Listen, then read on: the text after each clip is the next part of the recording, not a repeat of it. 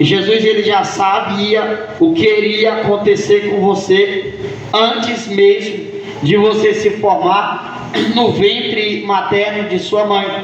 Jesus ele diz que antes mesmo que te formasse no ventre da tua mãe, eu já te conhecia.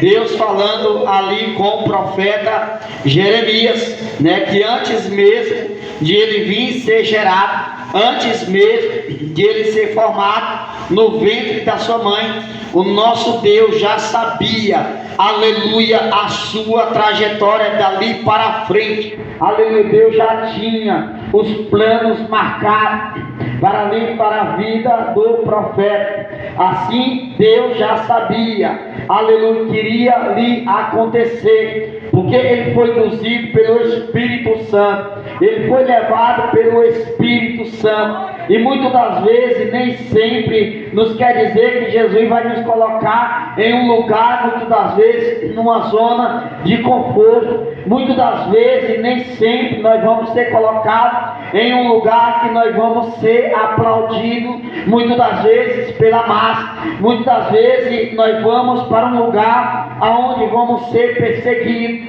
aonde você vai ser muitas das vezes maltratado, aonde muitas das vezes você vai ser pisoteado muitas das vezes por alguém. Mas saiba só de uma coisa: quando você é levado pelo Espírito Santo, quando é o Espírito Santo que conduz, aleluia, o próprio Espírito Santo, ele vai dar sabedoria, aleluia, para saber lidar com qualquer situação, com qualquer circunstância. O Espírito Santo de Deus vai dar sabedoria para nós saber entrar e sair, aleluia, louvado seja o nome do Senhor. O Espírito Santo do Senhor, ele vai te fortalecer. O Espírito Santo do Senhor, ele vai te dar uma palavra, aleluia, para você saber rebater contra a adversidade, contra as tentações, aleluia. Jesus, ele rebateu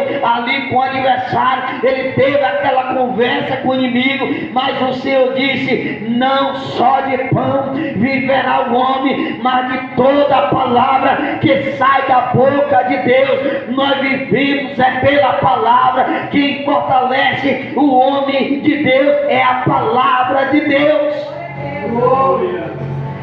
Nós somos fortalecidos pela palavra, pelo Espírito Santo de Deus, porque a palavra de Deus é o pão vivo enviado do céu para conosco, para com seus filhos. A palavra de Deus é o que nos traz fortalecimento, aleluia. Muitas das vezes nós estamos cabisbaixo, Deus usa alguém com uma palavra, aleluia. Se alguém está precisando se levantar, Deus usa alguém com uma palavra de levantamento. Levanta-te, põe de pé, aleluia, levanta, eu sou contigo, levanta, eu seguro nas tuas mãos, levanta, eu ando contigo, eu caminho contigo, caminho um pouco mais, que eu ando contigo, aleluia. É o próprio Senhor, irmãos,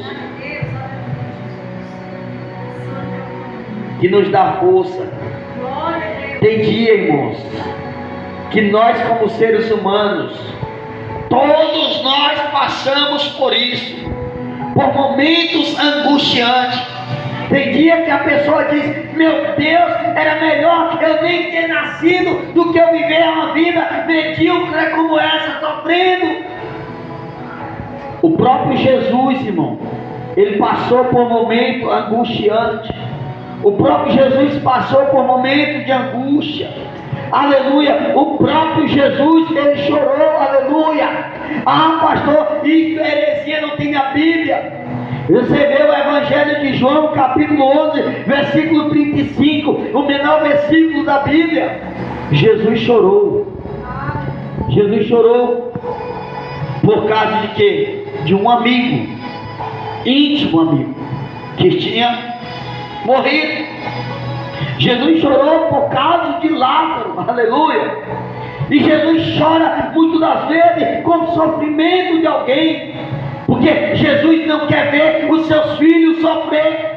Jesus não quer ver ninguém andar amargurado.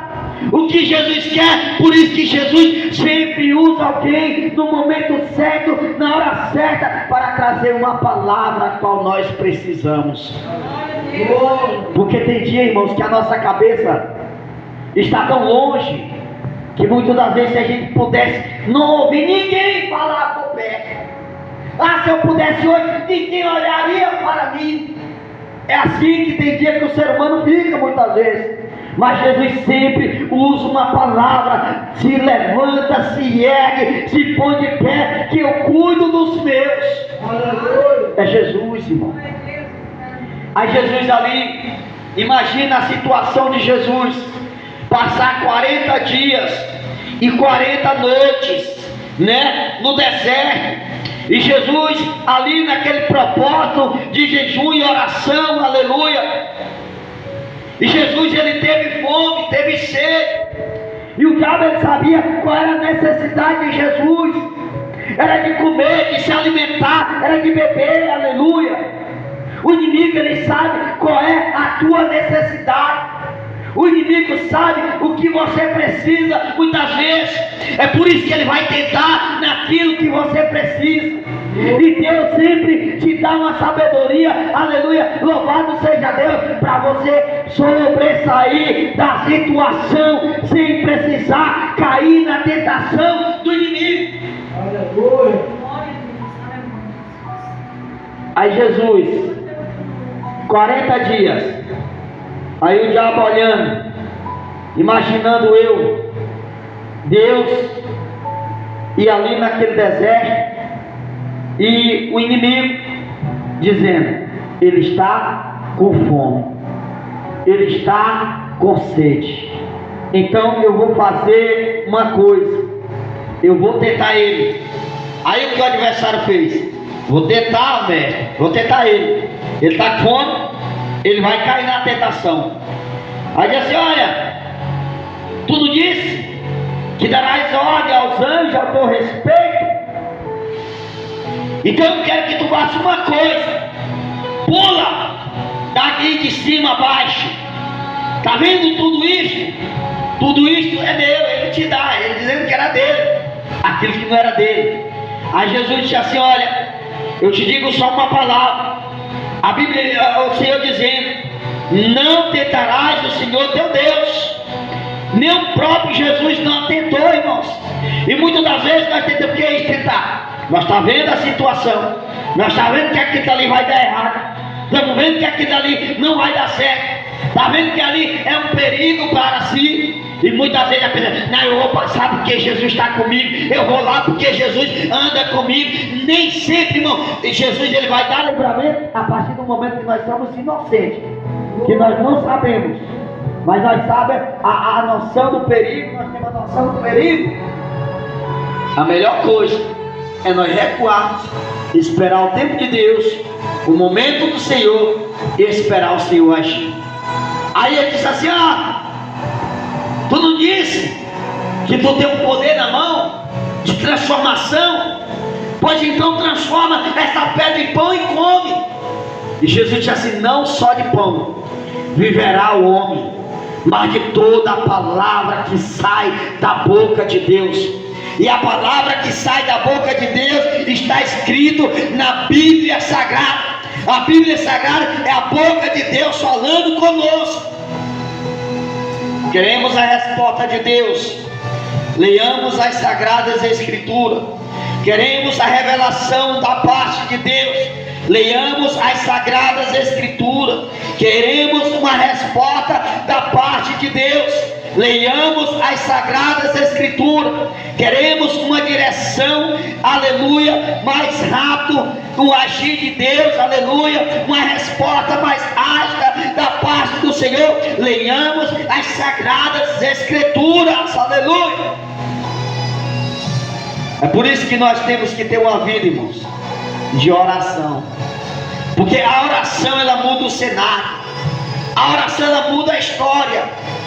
Muitas das vezes alguém pode dizer assim, mas há quanto tempo eu oro e o milagre não aconteceu, mas só estamos de pé ainda, só estamos vivos, eu e você, porque ainda você ora, você ainda está em pé, é porque você ainda está passando por essa situação, não morreu ainda, porque você ainda ora. É a oração que nos mantém de pé. Aleluia. É por isso, irmãos, que eu amo orar. Orar a Deus, porque a oração ela traz resposta. A oração atrai a presença de Deus. E uma das coisas que Deus se agrada é quando nós descemos na calada da madrugada, falamos com o Senhor, ou quando nós tenhamos uma atitude de dizer: hoje eu irei ao monte orar, hoje eu irei ao monte orar, hoje eu irei tempo particular com Deus, tempo particular com o Senhor. E muitas das vezes a religiosidade diz: para que esse negócio de monte, para que esse negócio está orando ainda de monte, não sei o que. O próprio Jesus, irmão, ele orou no monte.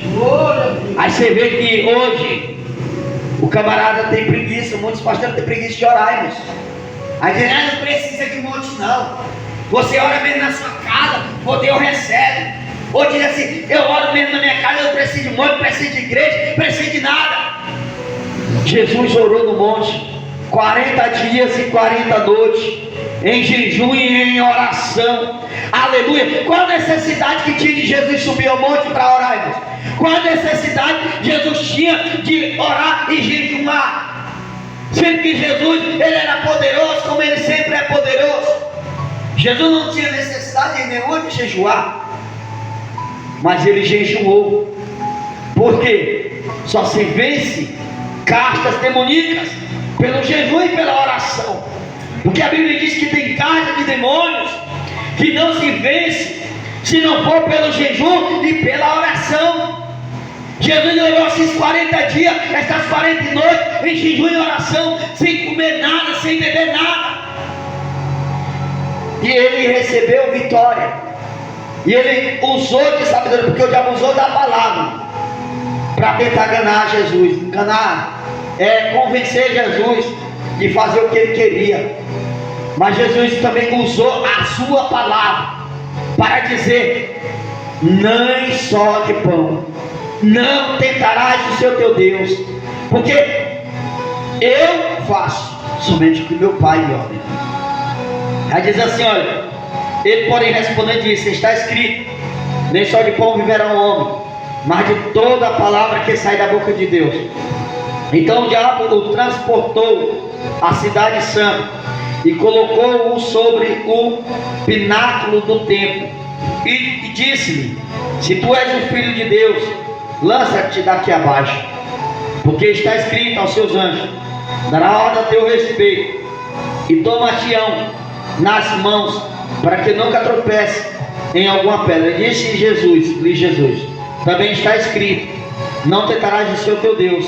Aí você vê, novamente o transportou o diabo a um monte muito alto, e mostrou-lhe todos os reinos do mundo e as glórias deles, e disse-lhe: tudo isto te darei, se prostrado me adorais. Irmãos, o diabo queria que Jesus adorasse ele, se prostrasse, adorasse ele. Aí você vê Jesus poderoso. Imagina nós sem poder nenhum, irmãos, somente o poder de Jesus e a misericórdia de Jesus. O diabo vai tentar para nós se prostrar a ele. Quantas pessoas estão deixando de se prostrar ao Senhor Jesus Cristo para se prostrar ao inimigo, se prostrar diante de uma imagem de escultura, para se prostrar diante, aleluia, de homens, aleluia, de um Deus de pau, um Deus de barro, de ouro, se prostrar diante de uma televisão em frente, aleluia, um monte lá, jogando lá e prostrando diante do fogo. Isso é o diabo, está se prostrando ao inimigo. Isso é coisa de religião, não, coisa da palavra. Nós temos que se prostrar diante de Deus. O camarada falou para mim: pastor, tu não é brasileiro? Sou brasileiro, mas eu não tenho que fazer tudo, compactuar com tudo que vive no mundo. Eu estou no mundo, mas eu não pratico as coisas do mundo. E Jesus, ele combateu sobre isso.